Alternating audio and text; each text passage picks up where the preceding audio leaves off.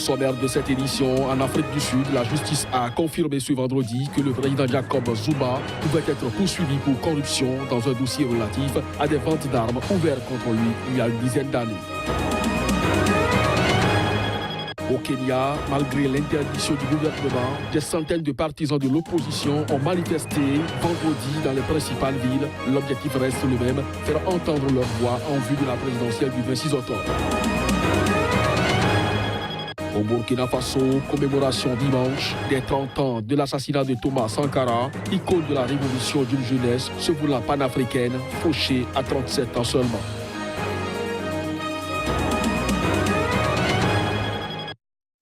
C'était là les titres du journal. Mesdames, Messieurs, bonsoir et bienvenue dans cette édition. La justice sud-africaine a confirmé ce vendredi que le président Jacob Zuma pouvait être poursuivi pour corruption dans un dossier relatif à des ventes d'armes ouvertes contre lui il y a une dizaine d'années. On fait le point à travers ce reportage.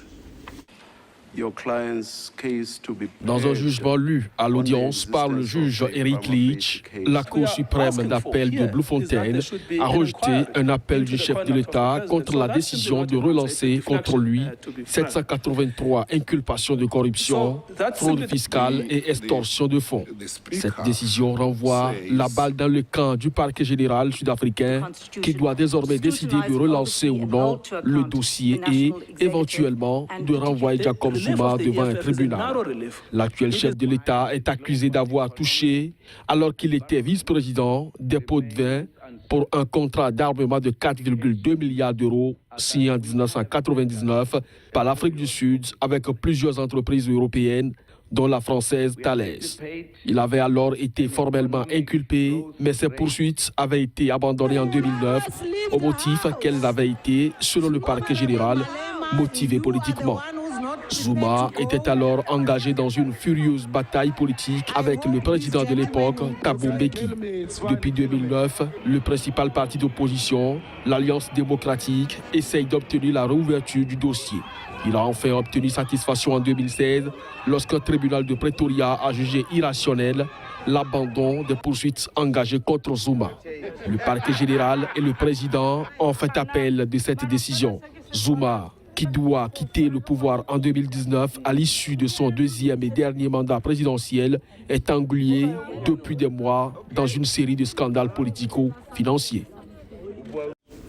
Au Kenya, cette fois, malgré l'interdiction du gouvernement, des centaines de partisans de l'opposition ont commencé à manifester vendredi dans les principales villes. L'objectif reste le même, faire entendre leur voix en vue de la présidentielle du 26 octobre prochain.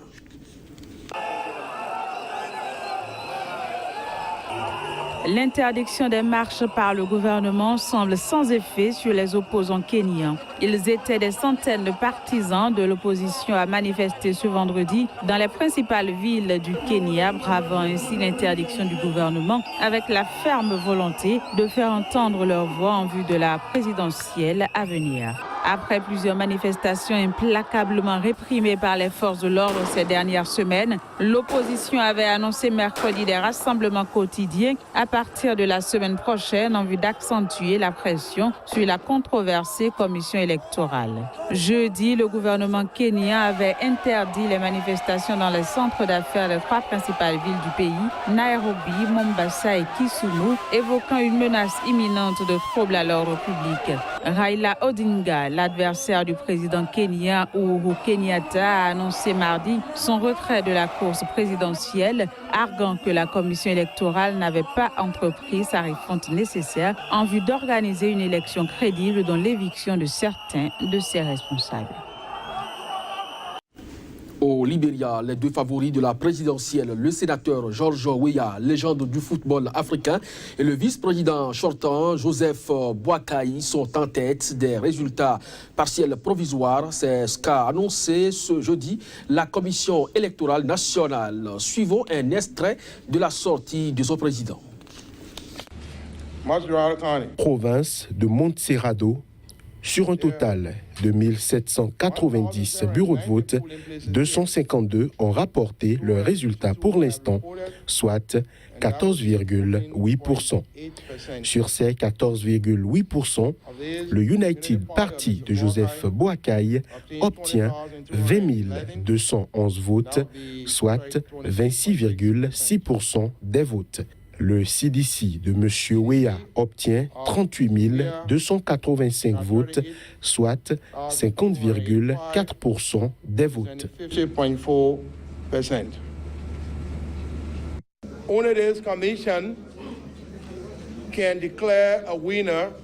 Seule cette commission peut déclarer un vainqueur d'élection publique. Pour le moment, et je le répète, elle ne l'a pas fait. Comme vous pouvez le constater, ces résultats sont partiels et provisoires.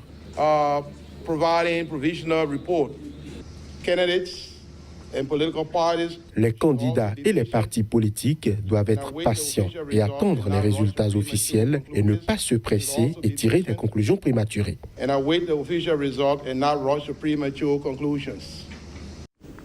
En République démocratique du Congo, l'opposition a accusé jeudi le chef de l'État, Joseph Kabila, de forfaiture. Ce, après que la commission électorale eut annoncé qu'il n'y aurait pas d'élection présidentielle avant 2019. La communauté internationale continue toujours, quant à elle, à réclamer un calendrier électoral plus clair. Reportage de Joannes Toadou. Cette annonce, la veille de la Commission électorale nationale indépendante CENI, enterre définitivement l'accord entre le pouvoir et l'opposition du 31 décembre 2016, conclu sous l'égide de l'Église catholique et qui prévoyait des élections présidentielles, législatives et locales au plus tard, fin 2017. L'opposition congolaise a accusé le chef de l'État Joseph Kabila de forfaiture, selon la déclaration du président du Rassemblement de l'opposition, Félix Tshisekedi, à l'issue d'une réunion des cadres de sa coalition à Kinshasa. Devant cette énième forfaiture, Joseph Kabila et son serviteur Corneille Nangaa ont déclaré la guerre au peuple congolais et se sont de ce fait disqualifiés. Dans le même temps, le Rassemblement entreprend des démarches auprès de la communauté internationale à travers l'ONU pour une implication directe dans l'organisation des élections en République démocratique du Congo. Je tiens solennellement ici à réitérer les résolutions du Rassemblement formulées dans sa nouvelle feuille de route approuvée à l'unanimité par les délégués et à son deuxième conclave, à savoir une courte transition sans Joseph Kabila et une CENI recomposée. Les Nations Unies et les grands partenaires continuent de réclamer l'application intégrale de l'accord du 31 décembre 2016. Mon pays a bel et bien mis le cap vers les élections. Le calendrier sera publié incessamment, a pour sa part répété de New York le ministre congolais des Affaires étrangères, Léonard Ché Okintundu, cité par la radio onusienne Okapi. La presse congolaise bruisse de rumeurs sur de prochaines initiatives diplomatiques qui n'ont pour l'instant pas été confirmées, comme une visite à Kinshasa du président sud-africain Jacob Zuma ce week-end, puis de la représentante des États-Unis à l'ONU, Nikki Haley, la semaine prochaine. Le forum Pharma Expo s'est ouvert ce jeudi à Abidjan, Côte d'Ivoire, une première en Afrique subsaharienne. La rencontre regroupe plus de 2000 professionnels industriels intervenant dans la chaîne de fabrication et d'approvisionnement de médicaments. Son objectif est de réfléchir sur les réalités pharmaceutiques locales en vue de réduire la dépendance de l'Afrique vis-à-vis de l'Occident. Chris Paterne Assemia, notre correspondant à Abidjan, fait ici le point. Ils sont réunis à Abidjan, à l'auditorium du Sofitel Abidjan-Ivoire, plus de 2000 spécialistes occidentaux et africains de la pharmacie, parapharmacie, du cosmétique, de la médecine moderne et traditionnelle. Ce qui s'apparentait comme un projet inachevé est devenu une réalité.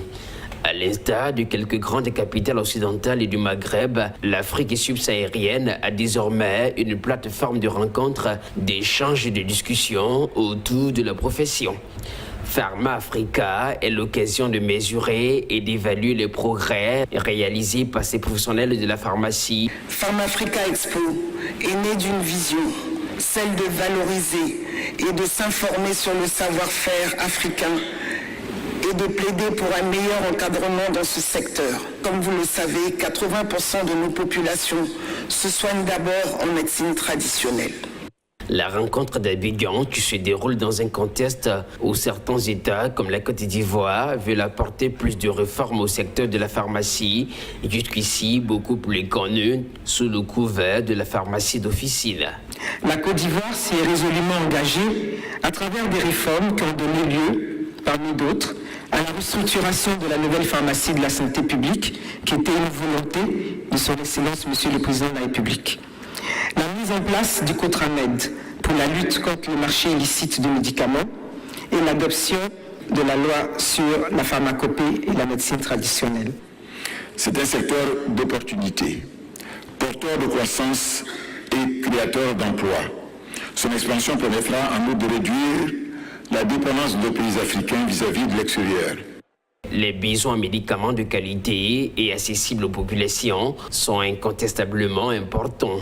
Or, les productions nationales sont très faibles. Dès lors, de réelles opportunités de développement s'offrent aux firmes pharmaceutiques et parapharmaceutiques, tant nationales qu'internationales. La rencontre d'Abidjan se positionne comme l'unique plateforme de concrétisation des expériences acquises ailleurs au service d'une profession pluridimensionnelle. Le Burkina Faso commémore dimanche les 30 ans de l'assassinat de Thomas Sankara, icône de la révolution, d'une jeunesse se voulant panafricaine, fauchée à 37 ans seulement. Sa formule la plus célèbre, la patrie ou la mort, est régulièrement reprise dans les collèges de manifestation en Afrique et un peu partout dans le monde. Dans les rues de Ouagadougou, l'icône de la révolution burkinabé est omniprésente. Assassiné il y a 30 ans, Thomas Sankara, le Che Guevara africain, fascine autant par son destin romantique que le mystère qui pèse encore sur sa disparition. Aujourd'hui, on peut dire que cet engouement autour de l'homme, autour du fait qu'on l'idéalise entre griffes, est, à mon sens, uniquement tenu par ce souci de vivre dans une société plus juste. Arrivé au pouvoir par un coup d'État en 1983, à seulement 33 ans, Thomas Sankara a bousculé la scène postcoloniale en débaptisant son pays appelé Haute-Volta pour le renommer Burkina Faso, le pays des hommes intègres. À la tête d'un comité national de la Révolution, Thomas Sankara gouvernait en treillis et pistolet à la ceinture et se déplaçait avec une simple petite voiture. C'était dur pour certains, on va dire les nantis, les richards à l'époque, ils avaient l'impression que la révolution était venue pour certains pour leur retirer leur avantage. Mais pour, on va dire, le Burkinabé moyen, nous, on était vraiment contents. Assassiné par un commando en 1987, c'est son compagnon d'armes, Blaise Compaoré, qui prendra la tête du nouveau régime pour les 27 années suivantes, rendant impossible toute investigation sur la mort de Sankara. Mais la chute de Blaise Compaoré en 2015, à la faveur d'un soulèvement populaire, a permis de relancer une enquête judiciaire, tout comme les commémorations en hommage aux révolutionnaires.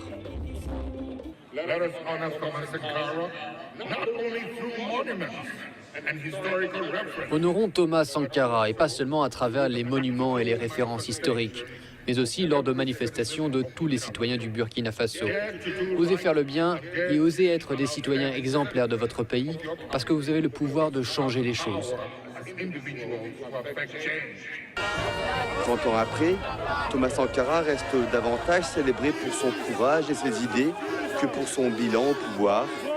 Mais de nombreux activistes de la société civile du Sénégal à la République démocratique du Congo se réclament de son héritage politique pour contester les régimes en place.